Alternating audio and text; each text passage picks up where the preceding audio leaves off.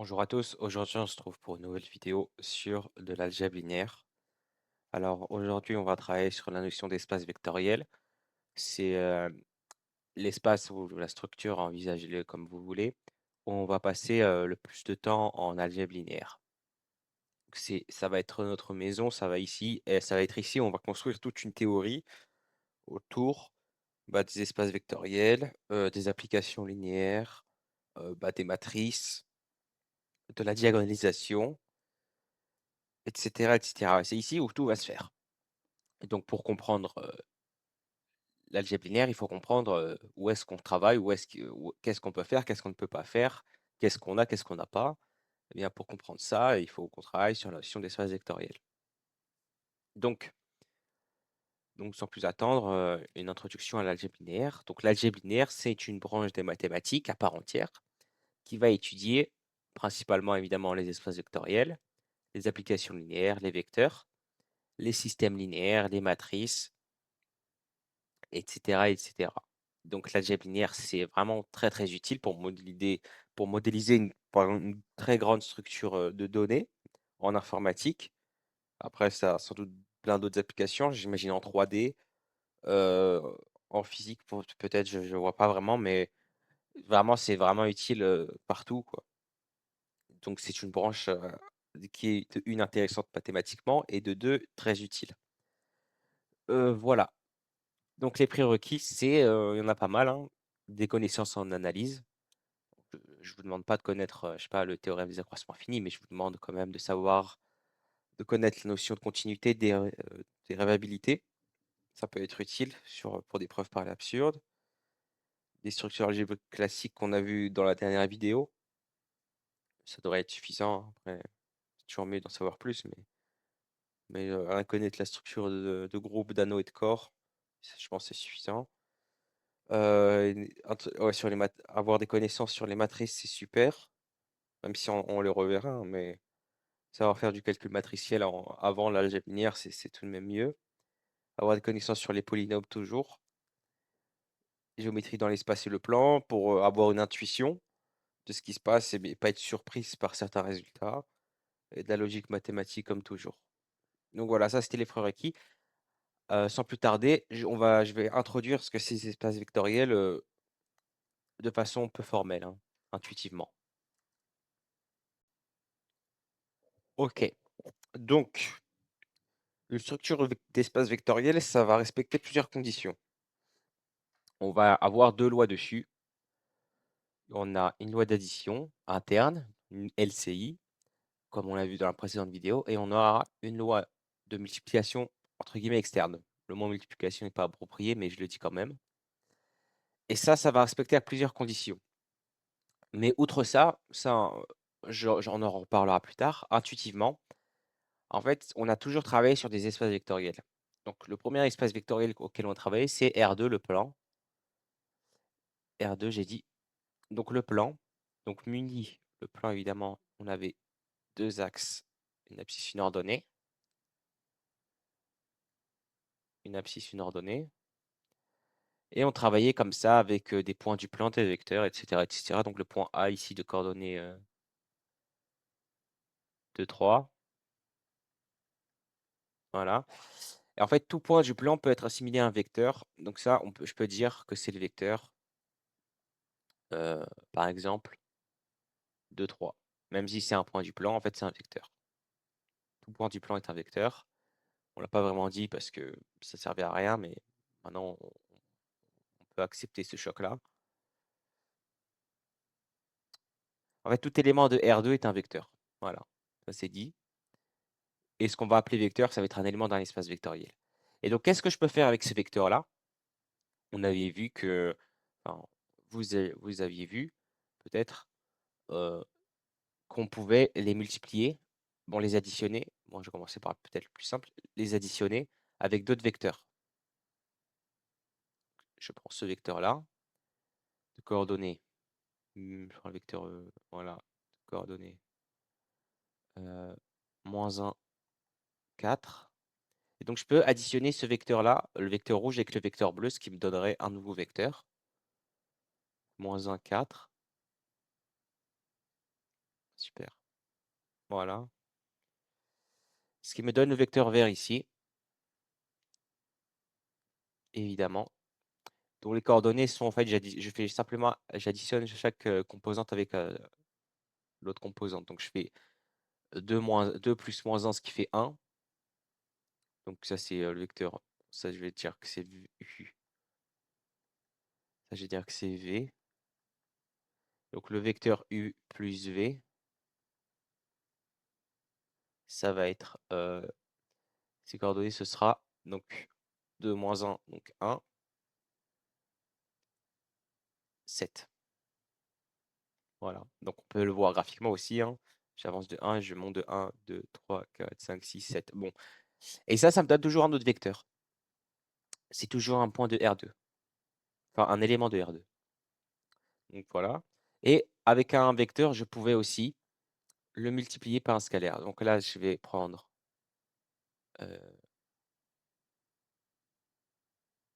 lui. Voilà. Ça, c'est moins 2U. Et moins 2U, ça va être moins 2 fois les coordonnées de U, c'est-à-dire 2, 3. Ce qui va me donner moins 4, moins 4, moins 6. Voilà. Donc on peut multiplier un vecteur par ce qu'on appelle généralement un scalaire. Donc pour bon, le calcul, on multiplie simplement les coordonnées terme à terme. Et on peut les additionner. On additionne les coordonnées terme à terme, composante par composante. Mais ça, c'est pas le seul espace où on peut faire ça. C'est pas du tout le seul espace où on a ces opérations. Déjà, ça, c'est vrai dans R3. Moi, je vais pas refaire l'explication, mais c'est la même chose dans R3. C'était les mêmes opérations, hein. Pour additionner deux coordonnées de R3, on fait la même chose. Pour multiplier un scalaire, enfin un vecteur par un scalaire, on fait la même chose dans R3 ou dans R2. Donc, on a un point commun déjà entre ces deux espaces, mais c'est pas les seuls.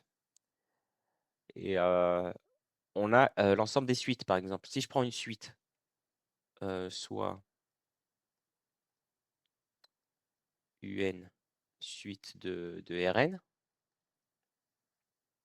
on a que si je multiplie ma suite par un nombre, on va dire réel,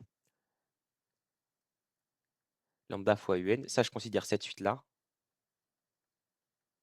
Ok. Bon, ça c'est égal à ça. Pour tout n en n, c'est égal à ça. Et ça, c'est toujours une suite. Ce truc-là est une suite. Et pareil, si j'additionne deux suites.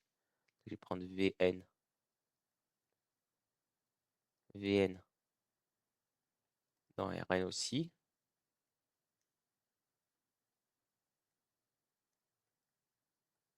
Et donc, si j'additionne U plus V,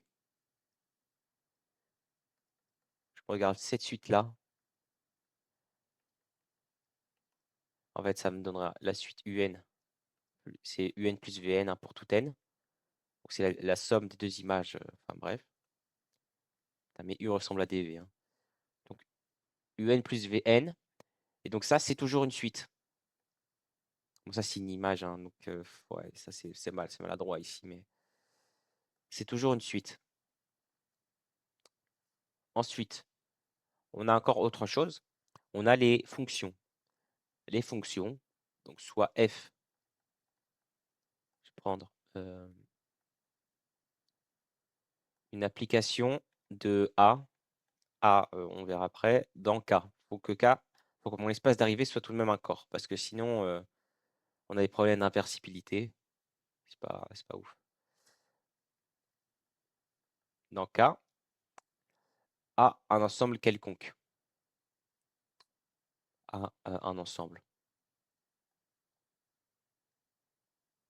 C'est même pas une partie de R, hein, c'est un ensemble quelconque. Je vais prendre G, pardon. Pareil, c'est une application de A dans K. Si je multiplie, je fais lambda f, je regarde cette fonction-là. Lambda f de x, ça me donne lambda fois f de x. Et ça, c'est toujours une fonction. Hein. Ça, c'est une fonction. c'est toujours une fonction de f dans A. De f de A dans K. Voilà. Et pareil, si j'additionne deux fonctions, f plus g de x, ce qui va me donner f de x plus g de x. Et ça c'est toujours, vu que c'est le même ensemble de départ, hein, ça c'est toujours une fonction de A dans K. Voilà, ça c'est un élément de K. Ça pareil.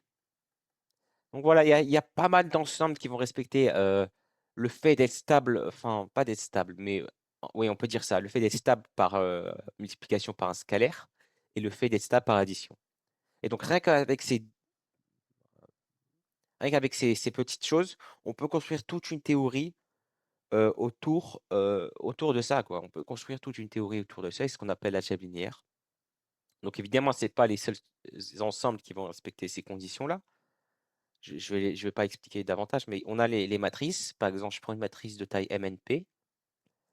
J'additionne. Ah, j'ai la flemme. Bon. Hop, hop, hop. J'additionne deux matrices de même taille. Ça va me donner une matrice. Donc, ça ferait A11 plus B11.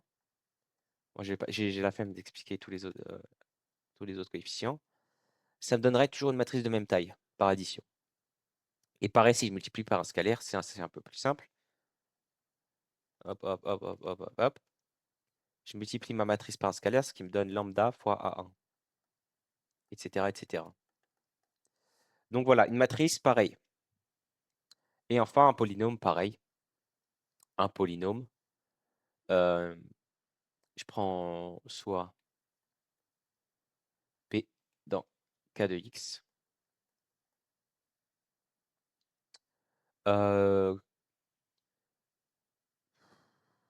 Ouais, bon. X puissance n A1. Moi, j'écris en somme parce que... Non, A1 AN X puissance n plus A1 X plus A0. Ça, c'est un polynôme de P de K de X. On va dire qu'il est fini, un coefficient de degré n. J'additionne deux polynômes. Ça me ferait toujours un polynôme de K parce que en fait, la somme des polynômes, le degré de P, plus je prends un autre polynôme Q. Bon, je ne vais pas l'écrire. Il n'y a même pas besoin de l'écrire pour comprendre ça. Je prends un autre, donc je prends le degré de P plus le degré de Q. Il va être inférieur au max des degrés. Degré de P et degré de Q. Donc ça veut dire qu'en fait, ma somme, le polynôme qui va en découler, donc si je prends Bn plus Xn, enfin, fois Xn plus nanana, plus B1x plus B0, en fait, la somme de ces deux polynômes, bon, ça va pas forcément être un polynôme de degré n, mais il va être en dessous du polynôme de degré n, en émettant que, bon, an différent de 0, bn différent de 0, parce que sinon, il n'y a pas de degré n. Donc voilà, donc c'est stable par addition. Bon, ça, faut le montrer, mais on fera peut-être ça un autre jour. Et donc, pareil pour un scalaire, hein. Si je multiplie par un truc non nul, ça ferait toujours un polynôme de degré n. Voilà ce qu'il en est. Donc voilà, on a pas mal d'ensembles de structures très très différentes en apparence qui respectent ces conditions-là. Et donc grâce à ça, on pourra les étudier pratiquement de la même façon, hein, qu'on étudie une suite, qu'on étudie, qu'on étudie un vecteur je sais pas, de l'espace ou qu'une matrice. On va uniformaliser toutes ces méthodes d'étude pour étudier. Et pratiquement, on étudiera les mêmes choses, hein. Bien sûr, étudier une fonction sera davantage compliqué qu'étudier un vecteur du plan, mais c'est parce que c'est parce qu'on parle de dimension après, mais grosso modo, voilà. Donc voilà ce qu'est un espace vectoriel, pratiquement. Enfin, c'est pourquoi on étudie ça, en fait. Ça sort pas de nulle part et ça a bien un sens, ça a bien un sens logique. Donc maintenant, on va étudier formellement ce qu'est un espace vectoriel. Nous revoilà pour étudier ce qu'est un espace vectoriel. Donc avant toute chose, il faut que je définisse c'est quoi une loi de composition externe. Donc on avait vu la loi de composition interne dans la précédente vidéo. Maintenant, on va voir ce qu'on appelle une loi de composition externe. C'est grosso modo la même chose qu'une loi de composition interne, sauf que en fait, mon élément de mon lambda, en fait, ça, on va multiplier un élément extérieur par un élément intérieur. Et il faut que je dis multiplier, mais en fait, il faut que on va dire point. Il faut que la loi point soit toujours un élément de E. Donc voilà, c'est ça qu'on demande pour qu'on soit une loi de composition interne. Donc c'est une application évidemment de K dans E, de K croix E dans E, tout simplement. Donc on les note point évidemment, sauf que moi, je vais très vite oublier de noter point. Et donc dans notre étude des espaces vectoriels, l'ensemble K, ce sera un corps. Mais la définition ne dit pas que K est un corps. C'est juste dans notre étude des espaces vectoriels. K est un corps. Donc j'espère que c'est clair. Maintenant, on va voir ce qu'est un espace vectoriel. Donc on va prendre K un corps. On appelle K espace vectoriel, tout ensemble unis de deux lois, une loi de composition interne et une loi de composition externe. Donc on voudra que E muni de la loi de composition interne soit un groupe commutatif. Donc ça, je l'ai rappelé, mais cette phrase est déjà suffisante. Donc on veut que soit que l'addition soit associative. Je vais dire addition au lieu de LCI, hein. On veut qu'il y ait un élément neutre. Il existe un 0 dans mon ensemble élément neutre. On veut que tout élément admette un symétrique et on veut que ce soit commutatif. Donc c'est pas mal de choses et donc ça définit un groupe commutatif. Voilà, donc ça, sans grande surprise. Maintenant, on veut que notre deuxième loi, notre loi de composition externe, soit compatible avec la première. Donc on veut qu'il y ait une distributivité. Donc lambda.mu,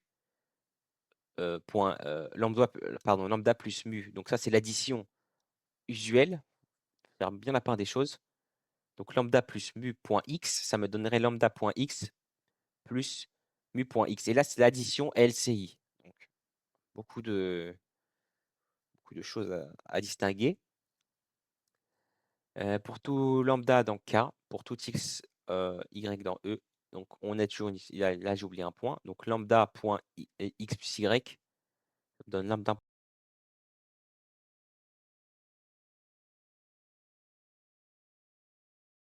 Donc je répète, lambda.x plus y est égal à lambda.x plus lambda.y. Et enfin, on aimerait avoir une sorte d'associativité. Bon, c'est pas vraiment le terme exact parce qu'en fait, c'est des lois différentes, donc on ne peut pas dire associativité. Mais grosso modo, c'est la même idée. On aimerait que lambda mu.x est égal à lambda. Qu'importe si je calcule lambda fois mu ou mu.x, ce sera de la même chose, quoi. Et on aimerait que 1, c'est le 1 de notre cas. C'est le 1 de notre cas, de notre corps. 1.x est égal à x. Donc voilà ce qu'on aimerait. Donc c'est assez abstrait, mais au final, ça fait découler des choses assez concrètes. Donc je ne vous invite pas à les connaître par cœur, hein. De toute façon, c'est des choses qu'on sait pratiquement, qu'on est habitué à faire. Il y a rien de choquant dans ce qu'on vient de dire. Donc c'est des calculs qu'on sait faire. Il n'y a pas forcément besoin de les apprendre par cœur.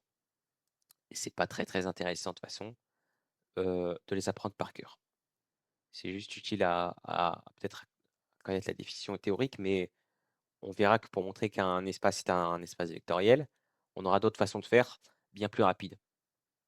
Donc voilà, la définition. Donc tous les éléments qui vont appartenir à eux, ça va être un espace vectoriel, un K espace vectoriel. Donc le K va dépendre, c'est le cas où je vais prendre tous mes éléments de ma loi externe. Donc ça peut être généralement le cas qu'on connaît, qu'on va connaître en exercice ou en cours. auquel on sera habitué, ça va être R, C, parfois Q. Si l'exo est tordu, mais généralement c'est R. Voilà. Euh, des exemples d'espaces vectoriels. Le premier, c'est le plan. Donc R2 muni de l'addition et de la loi avec les scalaires. C'est un R espace vectoriel. R3, pareil. Rn, c'est toujours un R espace vectoriel. L'ensemble des suites, ça forme un K espace vectoriel. Les suites réelles, peut-être c'est un R espace vectoriel. Bon, je ne pas du tien réel. Les applications de A dans un corps, ça a une structure d'espace vectoriel. Il y en a d'autres, les matrices, les polynômes, entre autres. Donc voilà. On a des propriétés qui découlent de notre définition, des propriétés calculatoires sur les vecteurs. Donc soit E, mis une addition, point 1 K vectoriel. Donc ça, ça va très vite passer à la trappe, hein, au fur et à mesure qu'on avance. Là, je suis rigoureux encore. Donc, pour tout x dans E, pour tout vecteur de x, pour tout vecteur de E, 0, ça c'est le 0 de K. 0 de K point x, ça me donne 0 de E. On pourra le montrer. Soit lambda, un scalaire. Pour tout scalaire, lambda.0 de E, ça me fait 0 de E. Et après, on a une sorte d'intégralité. Donc, ça veut dire que soit lambda, un scalaire et x, un vecteur de E. Si lambda.x égale au vecteur nul, alors x égale à 0 ou lambda égale à 0. Donc, ça, c'est une structure intègre. Donc, ça va nous arranger. Donc, on peut montrer les deux premières. Donc, 0.x est égal à 0 plus 0.x, évidemment.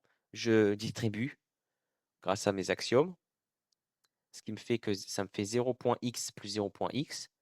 Et comme on a une structure de groupe, on peut simplifier à droite et à gauche. Ça me donnera que 0.x égale à 0 de E. Ensuite, pareil, on fait la même méthode que le première propriété. Lambda.0 vecteur nul, ça me fait lambda.0 plus 0 de, enfin, lambda plus vecteur nul plus vecteur nul. J'applique vecteur nul maintenant. Donc, ce qui me fait, c'est égal à lambda.vecteur nul plus lambda.vecteur nul. Je simplifie à droite et à gauche, ce qui me donne lambda.vecteur nul égale au vecteur nul. Parce qu'on a une structure de groupe. Donc, on peut le faire, on peut simplifier, ce qui nous arrange. Maintenant, on a ça. Donc, soit lambda, un scalaire et x, un vecteur, tel que lambda.x égale au vecteur nul. Donc déjà, si lambda est nul, on a terminé, parce on veut qu'un des deux soit nul. Donc voilà, c'est bien. Maintenant, on suppose que lambda est non nul. Dans ce cas-là, il est inversible, parce qu'on est dans un corps, on est dans un corps K, lambda est dans un corps K. Donc on peut l'inverser. Donc l'inverse existe. Ce qui me fait, je multiplie par cet inverse lambda moins 1, l'inverse de lambda fois l'inverse fois lambda. J'ai abusé, j'aurais dû mettre des parenthèses. J'ai un peu abusé, mais c'est pas grave. Donc, je multiplie mon égalité ici par lambda moins 1. Ici, ça me fera 1, le 1 de K. Et donc, et ça me ferait lambda moins 1 égale à fois avec point vecteur nul. Donc, d'après la deuxième propriété ici, ça me fait vecteur nul ici. Et ça, d'après mon axiome, là, mon dernier point de l'axiome ici, ça me fait x. Donc, j'en déduis que x égale au vecteur nul. Donc, ça veut dire que dans tous les cas, x égale au vecteur nul ou lambda est nul. Voilà. Donc, on a terminé cette vidéo. Donc, la prochaine fois, on verra la notion de sous-espace vectoriel qui nous permettra de montrer qu'on a un espace vectoriel. Donc, voilà, montrer cette définition, c'est un peu long. Il faut de une connaître la définition. Il faut de deux montrer tous les points là. Ça, c'est horrible. Donc, on va pas faire ça. On va montrer qu'on a une structure de sous-espace vectoriel, ce qui est vraiment plus simple et rapide. Voilà, j'espère que cette vidéo vous aura plu. Au revoir.